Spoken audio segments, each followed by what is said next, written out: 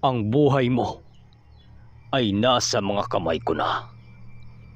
Malumanay na wika ng diwata ng hangin. Kasabay ng pagtayo nito ay ang pagkuha niya ng kanyang dalawang kampilan na nakatarak sa lupa. Ang mga nilalang na nanood na tinawag ng matandang nangangalaga ng bertud ay muling lumapit dito upang bigyan ito ng tulong sa pagpatay sa diwata. Ilang minuto pa ang lumipas ay tuluyan na ngang sumugod ang diwata ng hangin papalapit sa hukluban. Lahat ng mga aswang na nakipagdigma ay hindi mapigilang saluhin ang mga atake at awatin ang diwata dahil sa ramdam nilang masyado itong makapangyarihan. At para sa kanilang pinuno, maging ang asawa nitong gapunan ay hindi naiwasang tumulong sa pagpatay kay diwata.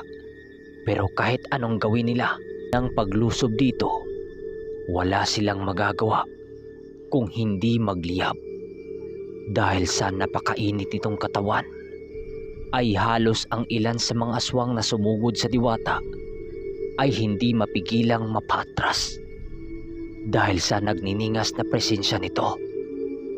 Ilang minuto pa ang lumipas, napagpasyahan ng mga engkantong umaaligid sa huklubang yon na lumaban upang ipagtanggol ang angkan ni Enrico na kanilang tagasunod. Pero paglapit nila sa diwata, wala silang nagawa. Nang pag-uundayan sila ng saksak, gamit ang dalawa nitong malalaking espada. Ako ang gabay ng mga taong mandirigma sa mundong ito. Huwag ninyong maliitin ang abilidad na taglay ko dahil wala pa kayo sa aking antas upang magawa ninyo kung akong talunin. Isuko nyo na ang nilalang na yan upang maiwasan yung magkaroon pa nang mamatay sa inyong angkan.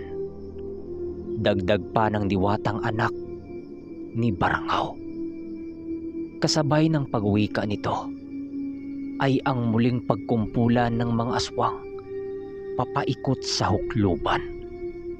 At ang ilan sa mga ito ay nagnanangis habang ang isa naman ay umuungol na para bang asong nabahag ang buntot. Sila Manong Duming naman at ang mga bata ni Mang Carpio ay piniling lumapit na sa kinaroroonan nila Noli upang masilayan ang ginawang paglilingkod ng diwata sa mga nilalang na kanilang kalaban.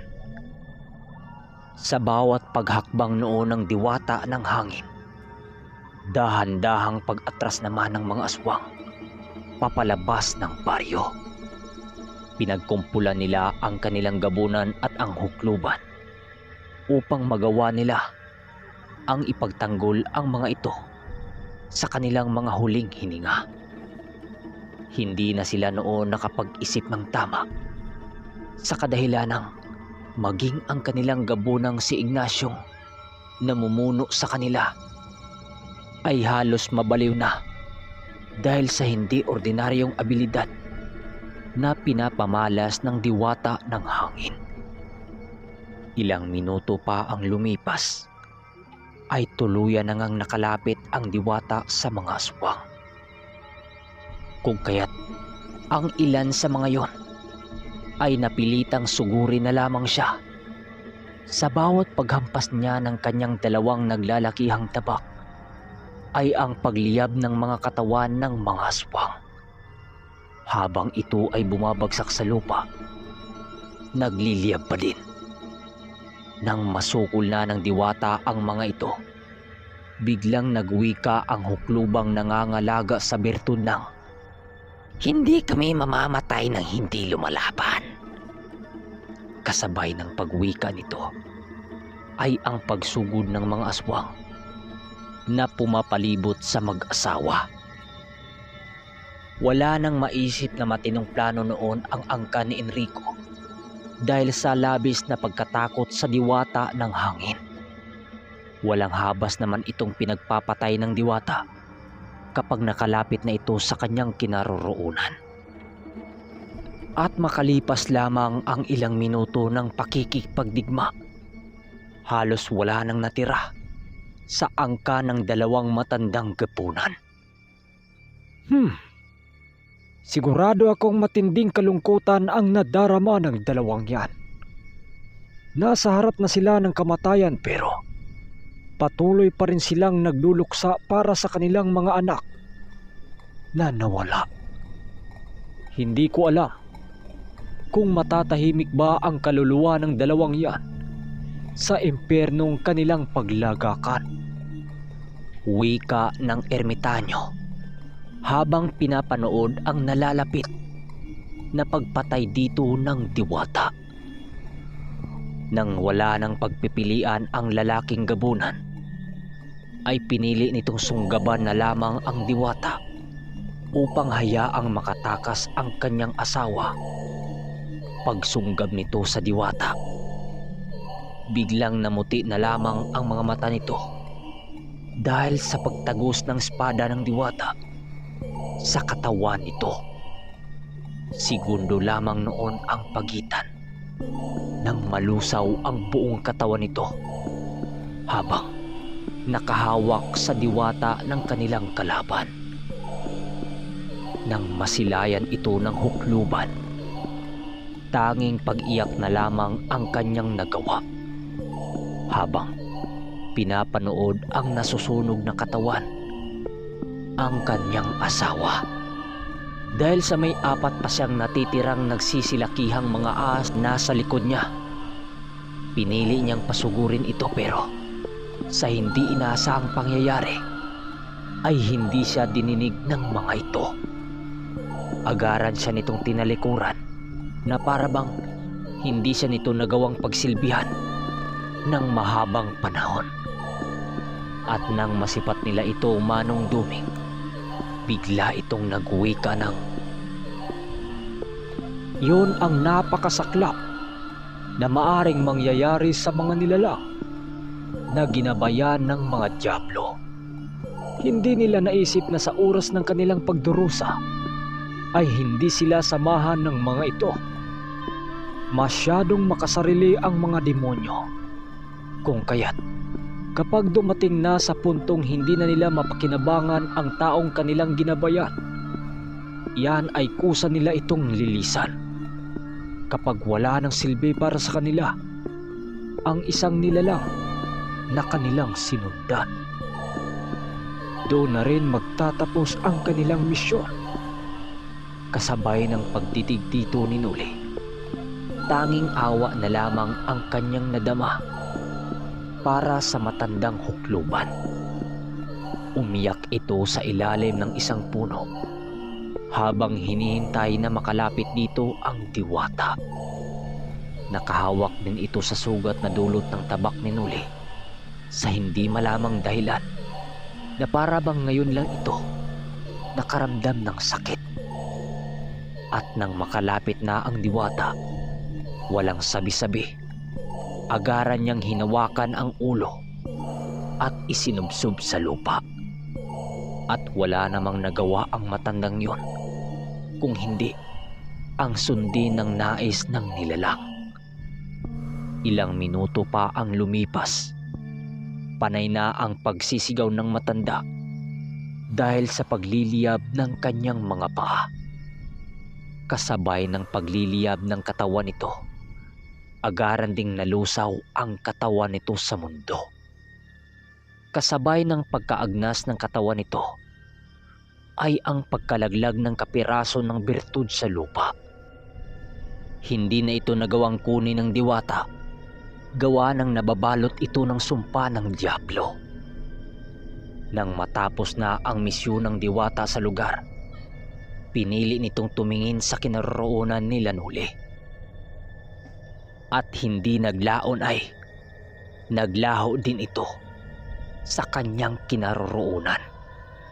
At bigla itong nag-anyong hangin at kasabay ng paglagunos ng malakas na parang bagyo sa gubat. Nang matapos ang mga pangyayaring yon, pinili na lang nilang puntahan ang bertud na iniwan ng hukluban. Agaran din naman nila itong ibinigay sa lumitaw na dalupahaw upang dalhin sa mundo ng mga engkanto. Ibalik mo ito sa baryo at ibigay sa pinuno. Pakisabi na din kay Macarpio na masaya akong pinahintulutan niyang makisali ka sa labanang ito. Pasensya ka na dahil may mga pagkakataon na nakaramdam ng paghihirap ang kauri mo. Wika ng ermitanyo. Sa dalupahaw na 3 ang mata. Kasabay ng pagwika nito, doon na pagtanto ni Nuli na ang dalupahaw palang lumitaw sa kanila ay kasangga ni Macario. At alam niyang hindi pa ito ang buong lakas ng dalupahaw na yon, kung kaya't naging palaisipan sa kanya ang taglay nitong abilidad. Sa pagkawala ng dalupahaw, minabuti nilang puntahan ang baryo upang masilayan ang ilan sa mga alaga niya na tinangay ng mga gabunan. Pagpasok nila sa loob ng baryo, doon niya nasilayan ang kalunos-lunos na sinapit ng kanyang mga alagang kalabaw at baka. Butot balat na ang pangangatawa ng mga ito na para bang matagal na itong hindi nakakain ng damo.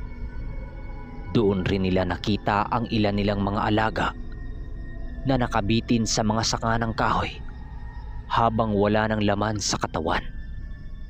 Hinanap din nila ang mga manok ni Nuli na kinuha ng angka na yon, pero hindi nila ito magawang matagpuan. Duda nila Nuli doon. Lahat ng mga yon inilaban ng angka ni Enrico na anak ni Ignacio ang mga tandang na yon. Dahil sa ang mga kalabaw lang ang kanilang naabutang buhay, kung kaya't agad naman nilang inilabas sa hawla ang mga ito upang mapakain na ng sariwang damo sa paligid. Ngunit habang nilibot nila ang lugar, doon nila natagpuan ang napakaraming bangkay ng mga tao na wala ng mga ulo. Nakaimbak ang mga ito sa isang bodega. Sobrang baho na din ang lugar na halos ikabaliktad ng iyong sikmura. Mabuti na lang nakatakas ang mga tauhan niya sa baryo bago naganap ang pagsalakay ng mga angka ni Enrico, kung kaya't ang mga alagang hayop nila ang nakuha ng mga ito. Kasabay ng pagtakas ng mga kasama nila Diego ay ang pagtakas din nila patungo sa baryo ni Nuli. Hindi na niya ito inisip, gawa ng mas kinakailangan ng kanyang mga alaga ang agarang pagpakain ng mga ito, dahil kunting-kunti na lang lahat ng mga ito ay mamamatay na. Pagbalik ng kaibigan nilang gabunang tumulong sa kanila, hindi na din ito nagdalawang isip upang kunin ang mga bangkay ng mga aswang na namatay sa digmaan upang dalhin sa kanilang baryo. Labis naman itong ikinagalak ni Nuli dahil alam niyang malaki ang magiging tulong nito sa iniwan nilang pamilya sa baryo nito. Sa pagdating nila sa paanan ng bundok, agaran din naman nilang nasilayan sila Diego at Ampong na naghihintay sa kanilang pagdating. Inihatid kasi ito nila Mang Carpio sa paanan ng bundok habang nakipaglaban sila Nuli. Gawa ng halos hindi ito matutukan ng kanilang grupo dahil sa dami ng mga kalaban. Amo, masaya kaming muli kayong masilayan ni Ermitanyong Duming at ng pangkat nyo. Nalipol nyo ba ho ang tumangay sa ating mga alaga? Bungad na tanong ni Diego nang makita sila nito. O Diego, Tapos na ang digmaan. At kagaya ng inaasahan mo, muli kaming nagwagi. Ngunit hindi namin makita ang mga manok na tinatangay ng mga demonyong yon. Sagot naman ni Nuli.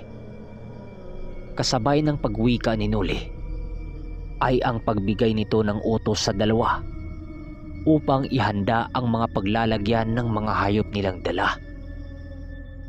Matapos marinig nila Jigo ang kanyang pinapagawa, agaran din naman nila itong sinunod ng walang pagdadalawang isip. Habang abala naman sila Jigo at Lando, pinili nila ni Manong Duming at Nuli na bumalik muna sa baryo kung saan sinalakay ang mga tauhan niya. Ilang minuto lamang ang lumipas, nadatna nilang abala sila Danilo at ng mga bata nito sa pag-aayos ng mga kalat sa dati niyang manukan.